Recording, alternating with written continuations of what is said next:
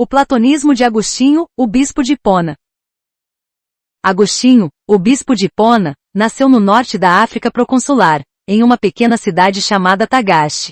Seu pai, Patricius, era pagão e sua mãe, Mônica, cristã. Sua mãe educou-o nos princípios do cristianismo, fazendo-o passar pelo ritual do catecumenato. No entanto, Agostinho não chegou a ser batizado. Embora tenha se tornado um brilhante professor de retórica, o filho perdido de Mônica viveu uma vida totalmente desregrada. Conta-se a história de que Mônica orava e chorava pela alma perdida de seu filho. Um dia, ela foi pedir conselhos a um bispo da igreja, e diante dele, desabafou todo o seu desespero. Percebendo o tamanho do desespero daquela mãe, o tal bispo respondeu-lhe: "Acalma-te, mulher, e impossível que se perca um filho de tantas lágrimas."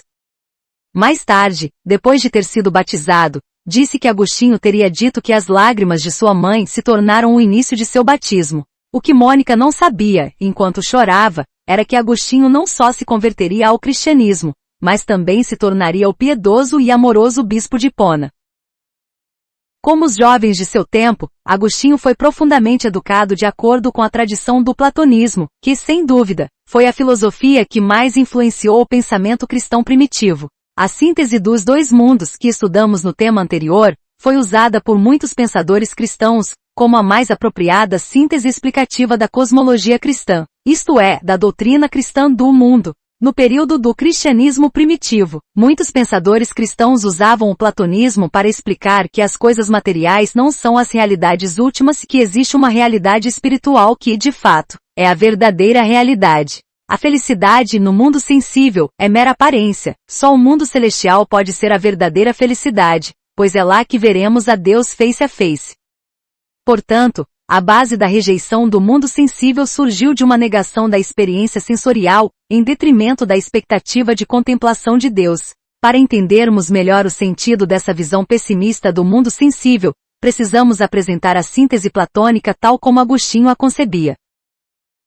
A partir da síntese platônica, entendia-se que os seres humanos possuíam dois tipos de conhecimento, o intelectual e o sensorial. O conhecimento sensorial é inferior ao conhecimento intelectual, pois depende da sensação para realizar-se. Agostinho, baseado na psicologia platônica, considerava a sensação, visão, audição, tato, olfato e paladar, como uma vivência da alma realizada por meio dos órgãos sensoriais, olhos, ouvidos, nariz, etc. Estes são, para a alma, instrumentos que captam o mundo sensível. Em outras palavras, o sensorial é um conhecimento mediado pelos órgãos dos 5 sentidos. Por isso, torna-se um conhecimento aparente, pois as sensações captam apenas as coisas em devir em transformação, ou seja, o sensorial apreende apenas as cópias ou imagens do mundo sensível. Já o intelectual é um conhecimento obtido pelas ações da mente. A mente ou o intelecto é a faculdade da alma que pode contemplar as coisas tais como elas são. Só o intelecto é capaz de captar as ideias, isto é, as verdades eternas, sem depender da mediação dos órgãos sensoriais.